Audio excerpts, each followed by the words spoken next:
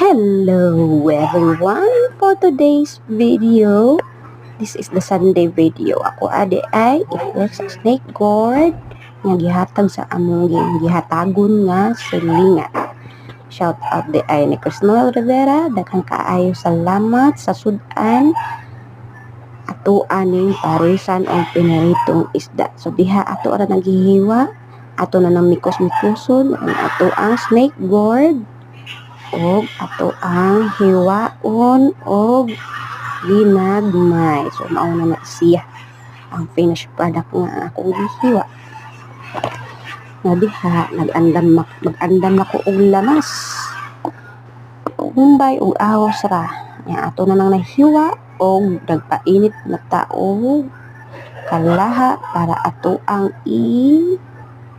gisal ang ato ang snake gourd. Daradayang isda, i-flex na akong isda, atong parisan na sa piniritong isda no. So ato anong timplahan, batangan natong asin. Ito dere. So nag-init na ko og kalaha. So mao na siya na magic. Nabutangan na nag-magic sarap. So ato anang painiton ang kalaha og ato anang iprito. Og diri sa pikas ato lutuon ang ato ang snake gourd na ato ang nahiwa. So mao na siya. Patangan na itong mantika. Sakto lang ang gidaghanon. Sakto lang ang gidaghanon o ato anang gisalon ang lamas. So diha, nagluto ta diha. Mana na ang lamas o ang sibuyas. Atong ilunod. Dayon. Atong kayon para dili masunog ang lamas. Okay lang, mikos-mikos. Nga ato ana ni ilundog ang ato ang snake gourd.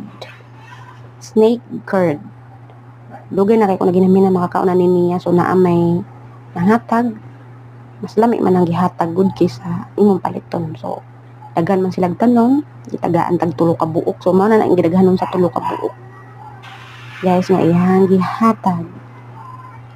So, ato na mikos-mikos, isalon, nami na siya basta parisan og pritong isda.